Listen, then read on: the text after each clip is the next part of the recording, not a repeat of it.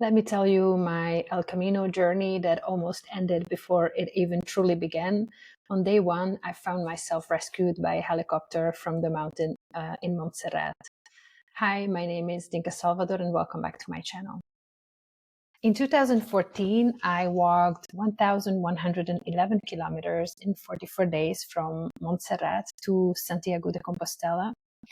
And this journey changed me forever, but not in the ways that I expected. This is the story of my Camino from disaster to solitude, to connection, to transformation. So why did I want to walk El Camino to begin with? First, I heard about this from a friend who actually did it himself. We were pretty close. I was already living in Belgium, but we still stayed in touch. And I remember when he came back from the journey, we met, and just by the stories he was telling and just his enthusiasm and his delivery, like you could feel the energy. There was a huge shift in him, like something really changed for the better.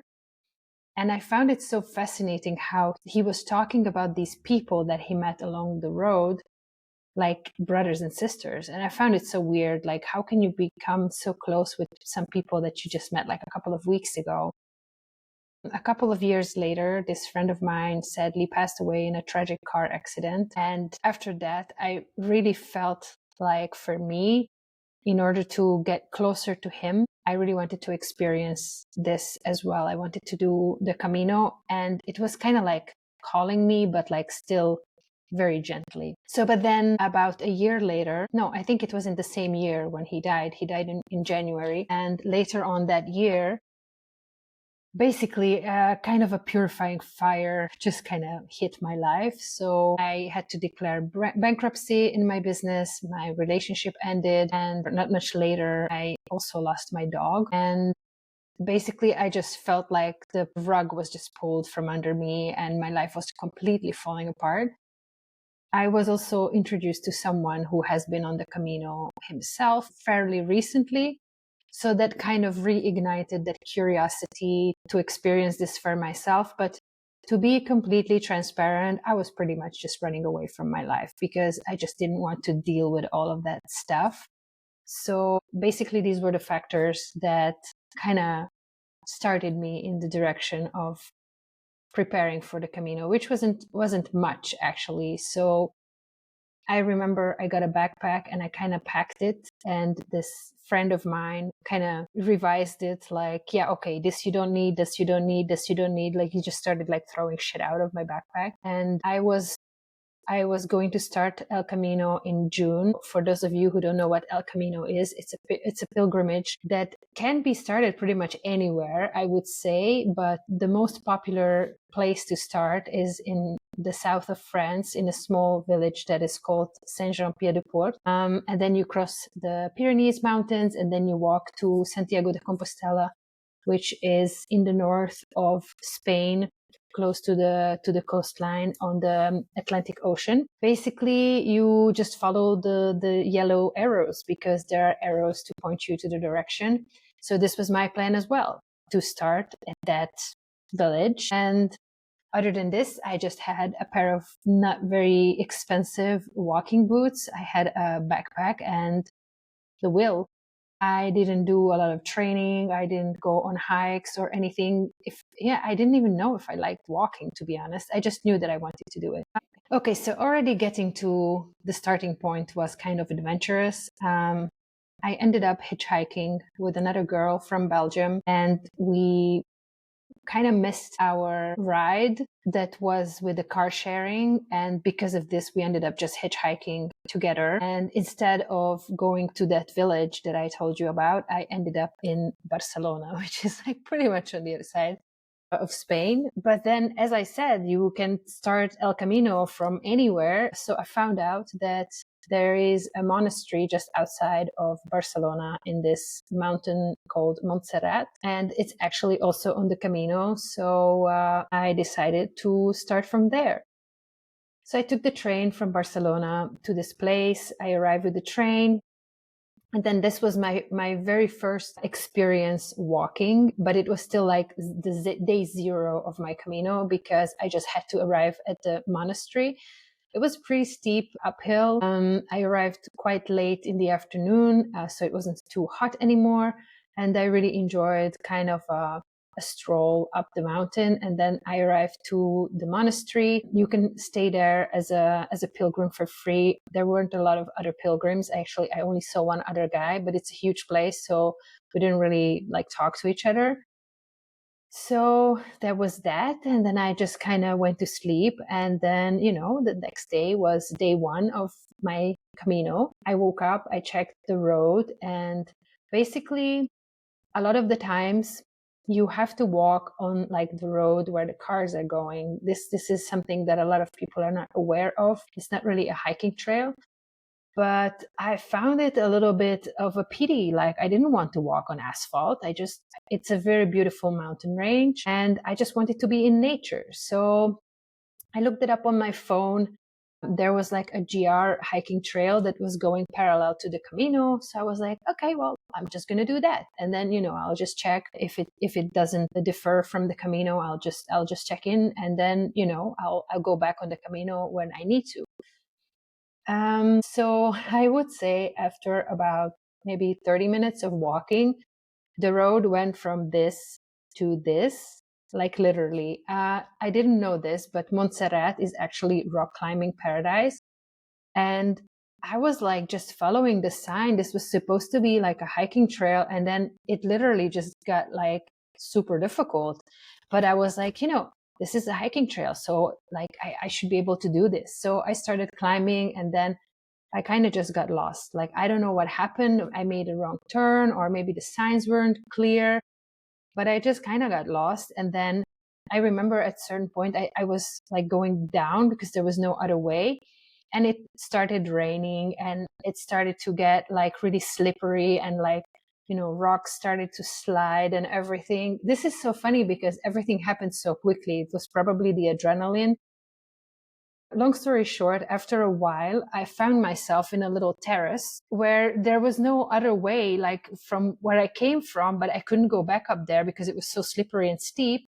And then other than that, I looked down and it was just like cliffs, and I could see the road below me, like maybe 30, 40 meters below me, but I couldn't get there. And it was still kind of okayish weather. It was getting like kind of overcast, and it was a little bit of rain. But I was like, yeah, okay, so what am I going to do here? I was so lucky because I had cell phone reception. So first I called the monastery where I stayed, like, hey, I'm just here, and, I don't really know what to do. Like, do you have any kind of suggestion for me? And they just told me, like, yeah, if you don't know how to get down, you just have to call the emergency number 112, and then, there's that. So that's what I did. I called the Spanish emergency services during the afternoon siesta, which is a real thing there. But luckily they picked up, and basically they told me to send a WhatsApp message to a certain number. And I started talking to this guy, and then they checked my location, and they were looking into what's going to happen.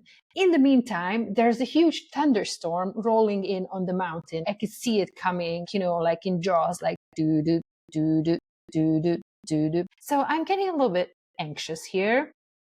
So basically the guy is keeping me, company with WhatsApp, like, hey, how's it going? Everything okay? Blah, blah, blah, blah. Where are you? This and that. And he was saying, yeah, we were going to send some guys, and they will come with the ropes, and they will get you down there. Don't worry. Okay, a little time goes by, and at a certain point, he's like, okay, change of plans. There's not enough time. We're going to get you by helicopter. Like, if you know me, you know that I'm really not very big on flying. So the moment I read helicopter, I literally started shivering. Like, what the fuck? Like, Jesus Christ, there's no time. And then, of course, I see this huge black cloud, like, coming closer and closer. Well, anyway, within, I don't know, what seemed to me like maybe 20 minutes or so, this tiny little helicopter arrives with the smallest mountain rescue guy that I have ever seen in my entire life. Like, he looked in very good shape, but he was just so tiny. And this little terrace was so small, like the helicopter couldn't even land on it properly. They were just kind of like touching with one of those little thingies, and then they were like hovering next to it.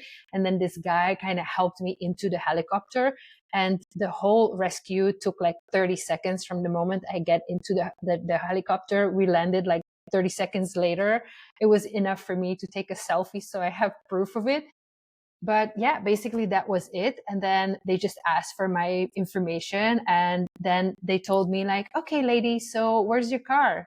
And I was like, oh, no, I'm walking to Santiago de Compostela. I'm doing El Camino. And you should have seen their faces. They went like, huh?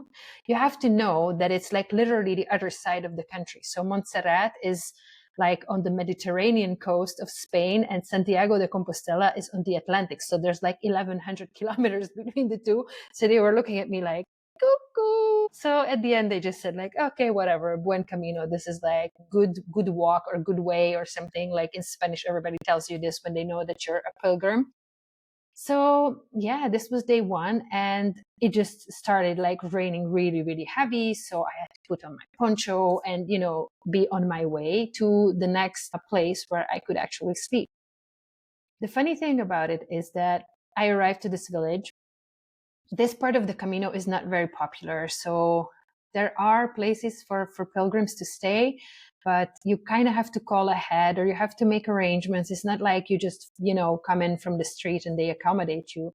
So I looked it up that there's supposed to be a place to stay, but it wasn't. It wasn't there at all. I think it didn't even existed anymore. So I finally arrived to this village, which was I think only like 7 kilometers from where I started. So it was very short. And then I just found out, I went to the first bar that was open and I was explaining, of course, the language is already a difficulty because a lot of people don't speak anything other than Spanish there. So I kind of tried to explain what's going on. And like, I knew a few basic words in Spanish, like I'm a pilgrim and stuff like that. And then they just kind of told me like, there's no place to stay. Like, and then I told them the whole story. I kind of like broke down and I showed them the picture that I just was rescued in the mountain and this and that and tralala. So basically, there was a guy in the bar who actually offered that I can stay on his couch. And at this point, I was really out of options, right? Like, for all I know, he could have been like a psycho or whatever, but I really didn't have a choice. So I ended up staying with him. Luckily, he wasn't a psycho and he was really nice. And I was so grateful for him that he offered me his couch, because otherwise I would probably have to sleep out in the street somewhere. But I also remember this so well that night I couldn't sleep at all. I think the adrenaline was just kind of like still, affecting my body. The whole story, that everything that just happened on the mountain kept on like playing over and over and over again in my head. I was like, nobody knew that I was there. I got so lucky. The fact that I had cell phone reception, the fact that I could call someone, you know, if I don't have reception, or if I cannot call, like nobody would be looking at me, like to get me. Nobody would be even wondering where I am, because I didn't tell anyone that I'm going to be there. So this kind of put me back to my place, or this kind of made this switch in my head that, okay, this is serious business. Like you have to follow the signs. You cannot just wing it and just go your own way and just, pretend to know what you're doing, because you don't. And after this, I found out that basically Montserrat is like one of the biggest like rock climbing paradises in the area. So it's like, it's really, for people who know how to get on and off the rocks, not like little old me, which did make me feel a little bit better. Like the fire department, like the rescue guys, they did tell me like I was stuck for good. It wasn't just like, I'm a stupid tourist who cannot find the signs anymore. I was really like, they were probably wondering how I ended up where I ended up, because I was really like, I needed to be rescued. But anyway, so imagine this was day one of my Camino. So it kind of made a shift inside of me, like, yeah, okay, I have to take this seriously. And then after that, I basically walked completely alone for 12 days, which is like I was doing maybe like 20 kilometers a day, depending on the terrain, because in the mountains, sometimes I did a bit less. But other than, the place where I would sleep and then the place where I would stop for lunch, I didn't come across anybody. So living in the western part of Europe, where you can hardly find a place to be alone, being transported into this kind of wilderness where you can hardly find someone to talk to. And even if you do, they don't understand what you're saying because they only speak Spanish. It was like a huge 180 turn, and I couldn't run away from myself. I couldn't ignore what was going on in my life because my thoughts were still there. So this was actually my therapy session. What I ended up doing is that I started recording my thoughts on my phone, on the dictaphone. And I think that was really, really therapeutic for me. I was just walking all day. I had all the time in the world, and I would just try to get rid of all the emotion that was pent up inside of me. Funny enough, I ended up losing that phone that I used on the Camino. So I actually no longer have those recordings. But I think this was the universe's way of telling me that I needed to let go of all of that stuff. So basically, after 12 days, I started to come across other people who were walking on the Camino. And because there are not a lot of places in that part of the Camino in Catalonia to stay for the pilgrims, you kind of just always stay at the same places with a few people who are there. And yeah, this immediately connects you, and you start to talk to each other. You start to walk together. So basically, I made my first 2 friends on that part of the Camino, and the 3 of us, we became like a very weird little family. And we shared a lot of laughs and some cries. And funny enough, both of these people, they have walked parts of the Camino themselves. And both of them, they were not actually walking all the way to Santiago. So they were both stopping in Pamplona, which was also kind of funny. So I was the only one continuing further than that point. And I still remember the day when we were saying our goodbyes. There was like a bridge, and they would stay on the one side of the bridge, and then we kind of hugged each other, and I would walk across the bridge. It was kind of like symbolic, and I was just like bawling like a little baby. And I really wanted to, but I didn't turn back because I knew that I couldn't go further. It still gets me emotional, that I couldn't go further if I turned back, because they felt to me like my Camino parents, like it was so funny leaving them behind. But so after this, I was truly on my own again. The funny part of the Camino is that once you enter, this was already the kind of mainstream part of El Camino where I would have been on, should I have started where I wanted to start. So basically, I just joined like the mainstream route just below Pamplona. And I started to meet like all these people, and it was so weird to me. It felt like it was a highway or something, because I was like used to the kind of loneliness and like these little connections, like few people that you come across. So it was like very confronting. All of a sudden, it wasn't just like this kind of exclusive club, but it was like a lot of people walking. And I remember that night I stayed in an alberg. That's the place where the pilgrims stay. It's called an alberg. And I stayed there, and there were like 50 people staying at the same place. And I was like, what the hell is this, And it's funny because then you start meeting people, and then I didn't know about this because I didn't have that experience, but everybody would start asking me all these metrics, like, where did you start? And how many kilometers have you walked so far? What's your average like per day? And I didn't really know that this was a thing. So I even had to look these things up, like other than where I started. And then so it turns out, like with my 20K average, everybody was like, oh, wow. And at this point, I think I've already walked like close to 300 kilometers. But it didn't really matter to me. I just kept track in a little journal for myself. But it was kind of fascinating that a lot of people were like measuring each other's metrics and stuff like that. As I progressed further, I actually made some friends. I entered like a little group that were already like people walking together.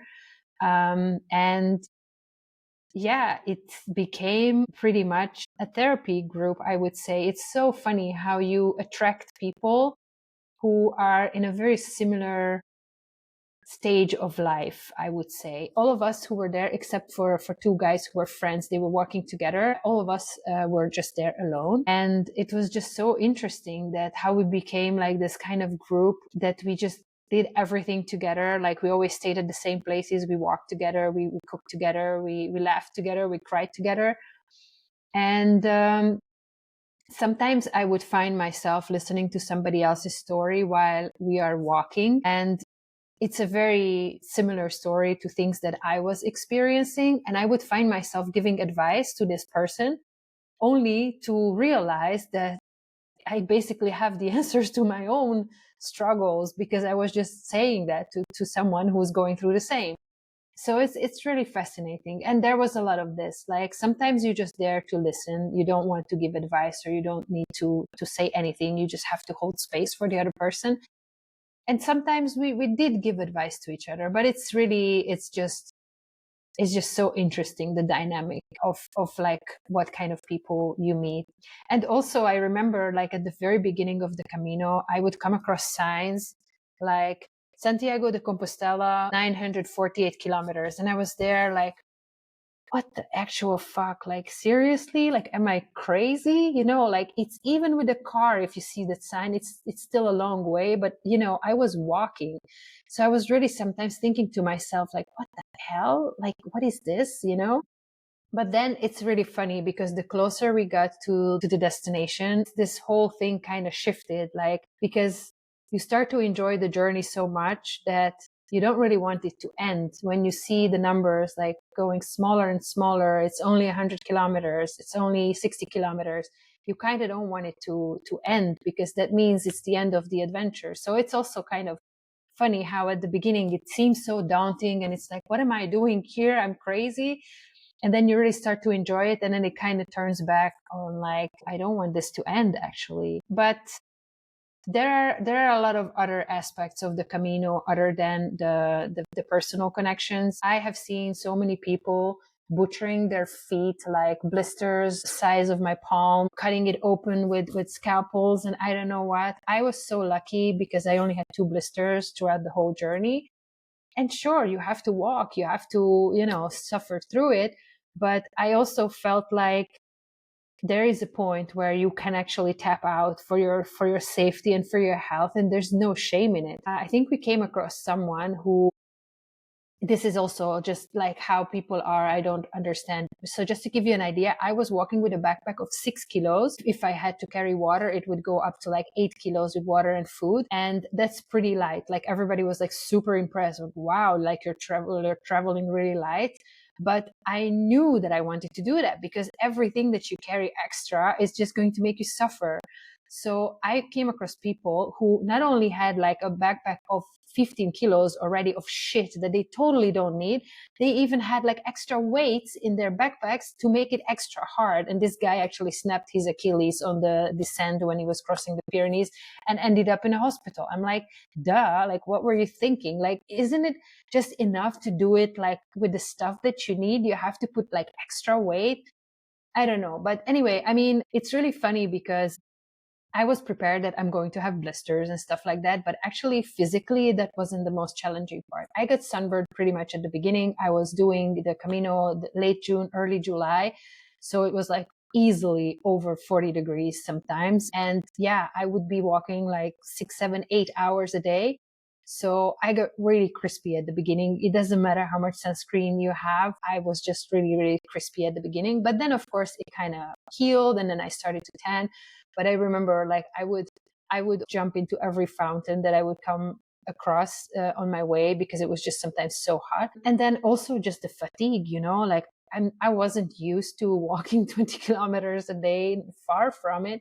So it's just the muscle pain and also like this kind of general fatigue. Like I really had to force myself out of bed. And in the albergs, you cannot stay there. It's not a hotel. It's not like you can leave whatever you want. Usually you have to be out the door by 8. Actually, our group, we were called the afternoon shift because we would be the last ones to leave. And a lot of people would get up at like 3, 4 in the morning with the headlights, like walking in the dark.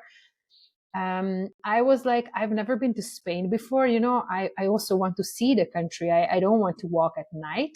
So we would get up at like 6:30, 7 or something, and then have breakfast and prepare and leave. But we were always the last ones. So, but also as it turns out, there was this one guy, I would walk with him quite a lot because the two of us, we had like a very good rhythm and we were quite fast walkers. Actually, sometimes we would leave like one of the last ones from the alberg, and we would arrive before some people who left way before us because we were just faster walkers. And it wasn't a competition, but it's just my natural pace of walking is faster than for a lot of people. I do believe that my overall physical condition and the fact that I only had like a 6-kilo backpack with me did play a big factor in that. But yeah, it's also funny how you kind of find people who have a similar rhythm to you, and how you walk together well, and it becomes like almost like a walking meditation. Because sometimes we didn't really talk. Sometimes I would have my music in my ears, and then you just kind of walk by each other, but it's also not like that you stop everywhere at the same time, but you have a general aim. You are all staying at the same place for the night, and then everybody kind of gets there on their own time.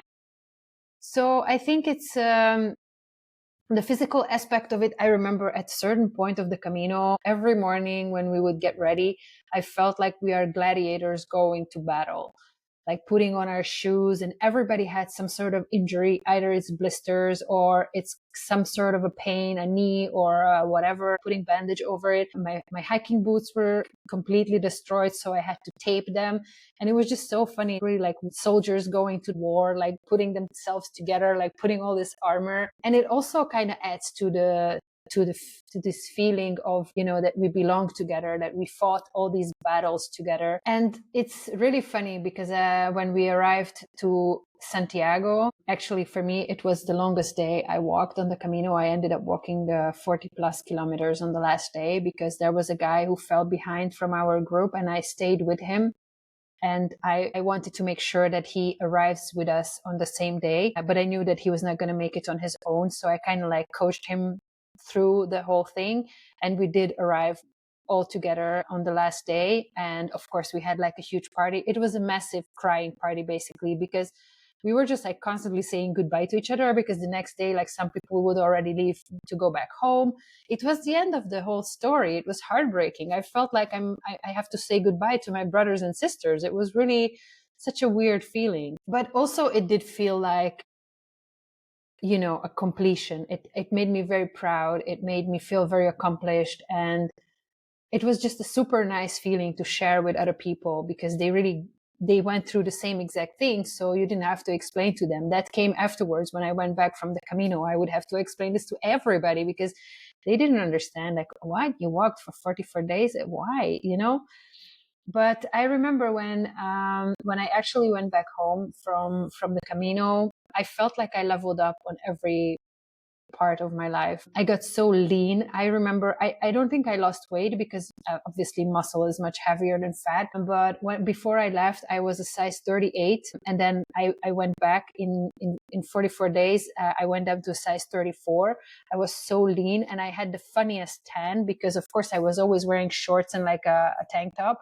So all my limbs were completely like black, basically. But my torso was like almost white. And then, I was wearing the boots and the socks and everything. So I had like this funniest tan. I looked like a zebra. But also because I was living on the road for a bit over a month from a 6-kilo backpack with like 3 pairs of underwear and like 2 pairs of shorts and 3 t-shirts and, the minimal stuff. When I went back to my life, I realized that I had all this shit that I don't needed, It really puts things in perspective, because when you're walking on the Camino, there's a lot of stuff that you don't need to think about. There's so little that matters on the Camino. You have to have food, you have to have water, and you have to have a place that you can sleep. And that's pretty much it. And other than that, it's literally just following the yellow arrows. And actually, we would get lost in the cities, not on the road, because the cities were like just so busy. There are so many signs. Sometimes it's hard to find the right one. But because you're walking there with a backpack, it's pretty obvious that you're a pilgrim. Sometimes people would just shout at you like, no, that's not the way. You have to go that way. So it's almost impossible to get lost on the Camino. So in a way, it kind of simplifies your life. It really makes you just be present in the experience, which I think, especially these days, it's so rare that we are fully present in what we are doing. And I always say this, that I would prescribe this experience to everybody. You benefit so much from it. I really am so grateful that I've done this. extremely proud of myself also, because I think it's a pretty badass achievement that I've walked 1100 kilometers. And yeah, just the growth, like just the personal development part of it, which I didn't even know that it was going to be this experience. I just thought like, I just wanted to be closer to my friend who did it. But I really feel like it's such a crazy experience. And of course, I mean, you get out of it what you put in it. It's also, it depends on you. It's what you make out of the experience. But in my experience, this was exceptional and completely life-changing. I am still in touch with some of the people that I walked together with. We had a couple of reunions and we check on each other once in a while. I'm not saying that we are best of friends, but this is an experience that will connect us forever. And I think everybody had a very similar feeling about the Camino, that it was truly life-changing. So basically, after when I went back home, I got rid of almost like 80% of my personal belongings, like all, material objects and stuff that I kind of accumulated. And I must say that also I kind of downsized on my friendships. I kind of got rid of people in my life who were just there to take up space and didn't bring value to me. And it's funny because the longer, time passed, you kind of start to accumulate stuff again. And I feel like I could use another audit like that, what I did after the Camino. But I think in general, I've gotten so much more aware and so much better at piling up stuff. And certainly with relationships, I think my friendships are much more aligned and much deeper than they used to be back in the day. So I hope that you got a little introduction to what the Camino is, or why it is something that can change your life. It sure changed mine. I actually kind of feel the calling to maybe do it again, but then I also have this fear of, like, I would be comparing the experience to the one before. So I'm a little bit torn, but I'm very grateful that I've done it, and I see the value in it so much. And it's something that it still keeps coming up in my conversations, like in American Pie, like the band camp situation. It's pretty much the same, like when I was at the Camino. So yeah, but it's a very defining experience in my life for sure. And I think that anyone could benefit from it. And it doesn't matter how far you walk. I think in order to get like the certificate that you have completed it, there's like a minimum of 300 kilometers. I'm not entirely sure. But that's also something. I did get a certificate, but I don't even know where it is. It's just like in kind of a tube. I didn't hang it, or it's not something that I even knew that I was going to get, because you have a passport where you have to collect like stamps from every place where you stop to sleep to prove that you have been to all those places. And then they kind of control it. And then they give you like this certificate that you walked it. Not once did I look at it, like I just kind of put it away, and then I still have it somewhere, but it wasn't the point to get the certificate. It wasn't the reward. The reward was actually the memories, the experiences that I had. So I think there's also kind of like a metaphorical correlation between El Camino and life itself, because I feel like there's a lot of things that I can use from my experience from the Camino in my personal life as well. But this is why I always say, like, you just have to go and do it for yourself, because I can only tell you how I live my life. I cannot tell you how to live your life. Anyway, this is a very long and rambly video, as I said. I really hope you enjoyed it. I would love to know if you have ever been on the Camino. What was your experience? If this inspired you to walk El Camino. If you have gotten any kind of value out of this video, please subscribe to my channel, and I will see you on the next one.